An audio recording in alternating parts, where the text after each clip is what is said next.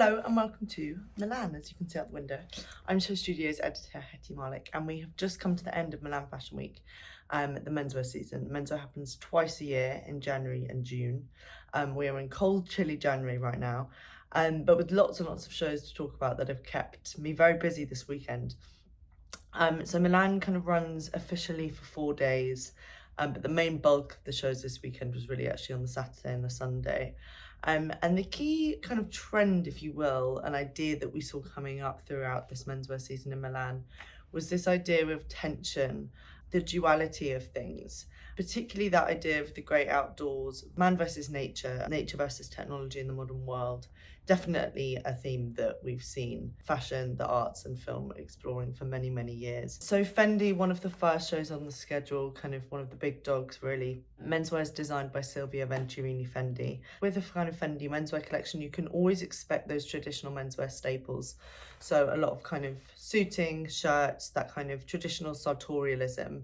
But Silvia has really also been merging that with the idea of tech and the modern man, especially in recent years. You know, you think back to autumn into 2022, when Fendi had the Ledger wallet on the runway. The Ledger wallet is kind of where you keep your cryptocurrency, so it's a digital wallet.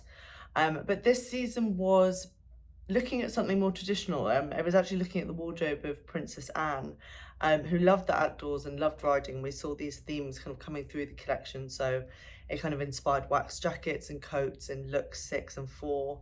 I think it's interesting to look at this idea of a woman who wore quite a masculine wardrobe and then bringing that back to in turn inspiring a menswear wardrobe. A highlight of this collection was the culottes, kind of look 8, 37, 15 in this collection. But also in terms of trousers, these high-waisted belted longline trousers tucked in with a kind of lightweight polo knit. Corduroy trousers, the wales, which are the stripes that you see on corduroy, were exaggerated. And within this kind of overall pretty tonal, autumnal winter palette of kind of muted greys, browns, blues, there was kind of this explosion of, not explosion, but a kind of brighter sense of colour, kind of bolder blues, those kind of injections of something a bit brighter. You know, in terms of thinking about this idea of more traditional kind of dress, such as the kind of boots, you did have your kind of futuristic sneaker, which is still a demand of that ultra luxury Fendi consumer. Some models carried kind of Fendi portable speakers down the runway, while as other models were wearing boater shoes with these exaggerated modernized chunky soles. So it's definitely this tension between the modern man and kind of tradition, and how do you find kind of a meeting in the middle. I definitely wasn't sure about those boaters. They're definitely a love or hate kind of Marmite thing. The riding boots throughout this collection, such a kind of direct reference to Princess Anne.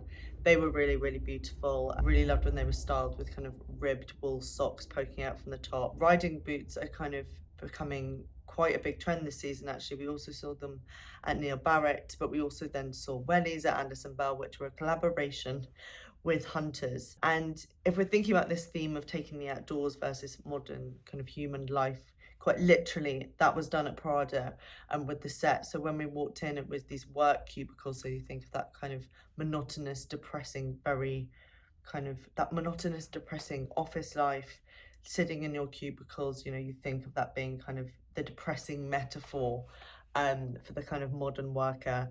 And then as we came through to the main show space, where we were all seated on like kind of swivel office chairs, below us under the glass floor was this kind of ecosystem and this river and rocks and moss. But it was this interesting thing that was blocked off from us by the glass, that we couldn't quite reach it, but it kind of made you consider your own desire to be close to nature. And perhaps there's that message there that we're so blocked off from it, from modern life. And you know, the invite was a tie that we were sent, and then the first kind of opening looks of this collection were classic shirting, black suiting, and then it kind of got mixed up by having kind of not very cool, not very nice colours and tones, which is very Prada thing to do, very purposefully done. Typically Prada does play with the idea of taste. It's this interesting thing, you know, in this collection, by having these ideas of kind of office suiting staples, and then playing with this idea of juxtaposition, that idea of tension, the tension of the office uniform. We begin to see this play with that uniform quite early on in the collection. again, particularly with styling.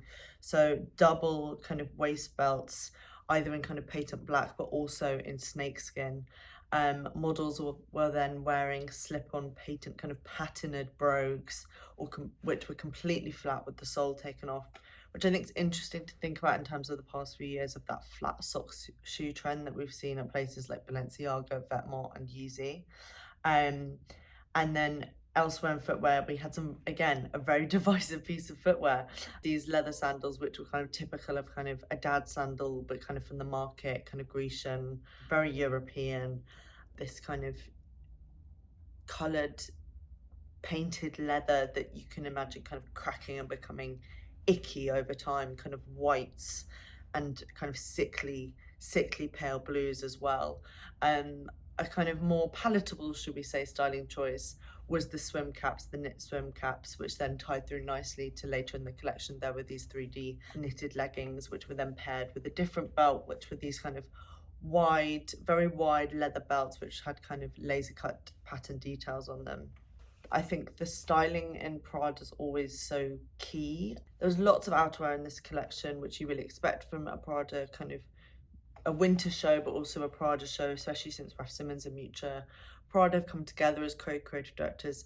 Kind of staple statement outerwear is something that they've really pushed. For autumn winter 24, we had kind of trench coats, wool overcoats, but definitely stepping away from kind of more overbearing silhouette. It kind of felt like we were slimming things down a bit, and also not so much repetition of this, of, you know, you maybe had 2 or 3 of the same coat, but then we moved on. We're kind of moving away from the repetition of product that we've seen in recent Prada collections, kind of under Raf and Miuccia, as they've kind of worked out and had to get into our heads with their new kind of Prada formula, and kind of, you know, repetition, you know, makes you remember stuff, it makes things stick. Elsewhere in outerwear for the autumn winter 24 collection, we had a return to the kind of sailor coats that again we've seen Raf and Miuccia do together for autumn winter 21. I really loved the kind of camp sailor boy sections of this collection, again because that's what kind of where you started getting this tension, this thing where clothes start making you really kind of feel something. They were wearing these patent kind of baker boy caps, well, like baker boy caps with kind of a patent brim, open knit cardigans in these pure kind of blues. Then led me on to think a bit about that spring summer 13 collection by Miuccia Prada, where she was inspired by Italian pop artists. It's a really kind of iconic and famous collection, but the use of color in there is what really comes through, as well as kind of the graphic imagery, kind of cartoonish graphic imagery. And yeah, I think if we're going to summarize this autumn winter 24 collection by Prada, it's less about such obvious repetition and silhouette, and more about that visceral feeling of Prada. And I think that leads us on quite nicely to talk about Etro and Gucci, and thinking about tending to the consumer's needs. It's interesting then to think about Etro, who have just opened a new store in Milan, where it's kind of a made-to-measure bespoke studio where clients can come. You can't just walk in off the street, you have to make an appointment. Really makes sense for Etro, who have this kind of, they're one of those classic heritage Italian brands, the Etro family. They've got this kind of wealth of kind of, you know, they're known for making their prints and their textiles. They're kind of embedded into that kind of Italian kind of idea of craft and manufacturing. So it makes complete sense that your Italian man would want to kind of go and get his Etro suit made and choose the different kind of prints and patterns for it as well. Gucci, interesting off the bat of Prada, not that Prada kind of had a new creative director in there, but they've definitely had to establish kind of a pattern and a language. And that's exactly what we're seeing at Gucci, which has been taken over by a new creative director. Sabato De Sarno has been there for 2 seasons now. This is his second collection following women's wear, which showed in September. This was menswear, and you know, he's really resetting the Gucci narrative. We're moving away from the Alessandro Michele era. We're stripping things back. You know, that first campaign that Sabato did back in September of Daria really set the tone for taking things away, and maybe, you know, of that thing I was saying on Prada, creating a new feeling, creating kind of a sense. So this menswear collection was a direct continuation from that women's wear collection, which was the Ancora show. And this again was about that idea of repetition, Ancora. So the looks, literally, you can go and pair these up. If you get menswear and women's wear on your screen, you can kind of pair up and see kind of the kind of silhouettes, designs kind of threading through kind of the opening look, that kind of grey suiting, all the way through to kind of, we do get little trims of kind of diamante kind of collars, kind of elements on kind of the knitwear, the cardigans. But yeah, it's kind of this palette cleanser, I sense, before we kind of let Sabato warm up a bit and see what he does next. And you know, the setting of this, similar to last season, industrial set, concrete pillars, models walking in this kind of massive kind of square kind of formation. I think it's really interesting. I was reading an interview that Sabato did just before the show with GQ, and he said that he told Samuel Hines that he is not a conceptual designer, and that really struck me. I think that's really interesting. This idea, you know, he was talking about that he wants fashion to be real and not to be costume. And I think it raises that question of, is fashion the same thing as clothes? Are they mutually exclusive? This menswear season generally, are we seeing a move away from concept? So it definitely got me thinking about all those things. And you know, I think the general consensus is that people are unsure about this Gucci just because it is so different, and it will take a little while to get used to it. But what Sabato's done, which is really clever, is really put a push on kind of heritage and accessories, especially in the current market. I say every review, where, you know, archive and resale is just continuing to boom, and brands are cashing in on that by reproducing their kind of key archive styles. Something that Sabato's really kind of buckled down on for his key handbag in these first couple of seasons is the oversized Jackie bag. He's also done things like worked with Billie Eilish to create a vegan horsebit bag, so Billie Eilish was the face of that campaign. You know, back to the Jackie bag, that was key throughout this collection in different colorways, from that kind of Ancora oxblood red through to this, again, Gucci Ancora lime green, which we're also starting to see in the actual interiors of the store spaces as Sabato kind of gradually gives all of the stores a facelift. So it's out with Alessandro Michele and in with this kind of new era.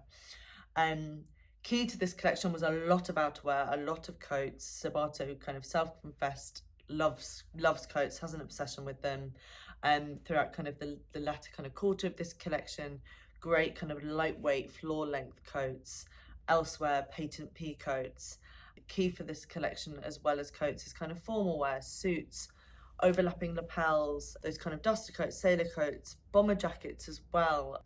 I mentioned that we had kind of diamante trims on kind of the cardigan collars, but there was also kind of beaded sparkling fringing on coats as well. So we have those kind of small elements of ostentatious sparkle that I think a lot of people, both consumer and critic, associate with Gucci. What we did see in this collection is a lot of repetition of product, both that kind of Jackie bag to even kind of the idea of coats, as I mentioned. Kind of, it's getting it in our heads, starting to build Sabato up as kind of as Gucci for us. The problem I have is, I think it's, and I don't necessarily say it's a problem with what Sabato is doing with Gucci, but it's just so hard to shift from something that has such a clear maximalist identity to something so pared back. And I do think Gucci at its core is this very more is more brand. So how does that work when things are so pared back? Again, I think let's give it time. It's been 2 seasons. Let's see, once we've got these building blocks in place, where we go with it. More is more is definitely the aim of the game, a lot of the time at D Squared. Maybe not always in terms of the clothes, but definitely in terms of the attitude. The Caton kind of twins behind D Squared always kind of have a sense of fun to their collections. This collection itself and the show was so fun. It's kind of models walked, they were all twins, and they went through this kind of gamification box at the back, and their other twin would come out in a kind of different look. So it was like one person had transformed in a way as well. So the kind of dichotomy tension of this collection was, on one side we had these kind of classic D Squared kind of codes, that mix of kind of the twins' Canadian upbringing, the outdoors, also their Italian kind of glamour and heritage as well, then came through as they came. So it was kind of like weathered denim, low sun cargo pants, came through to more kind of glamorous Italian kind of heritage and that element to their brand as well. Kind of, so then we get kind of evening wear, suiting dresses. The kind of highlight to this collection was, of course, the brothers themselves, Dean and Dan, and Dean being in drag and Dan in this kind of gorgeous evening wear kind of sheer blouse and suiting trouser. And they both used to be drag queens in Canada. You know, we've seen that in these reference to kind of drag in their campaigns. You know, the show was fun, it was self-referential. The set was kind of space age meets plastic surgeon. And it was just like joyful and really fun. And D Squared have such a global kind of cult following. They do so well. And yeah, it was just a good old D Squared show that was there for kind of a good time, really. The lovely Jordan and Luca, this was their 5th show in Milan, and I was really happy, the sense of the show, how many people were there. You know, they've got a cult following, they've definitely got critical acclaim, but this season it really felt like the international press were kind of stepping up a bit and kind of listening, which is so well deserved. And, you know, they've got a new managing director. They've really been focusing on expanding their sales to continue to kind of grow from that cult kind of consumer to something more global. And I really think that it feels like after this show we've reached a turning point, and that's really going to start happening.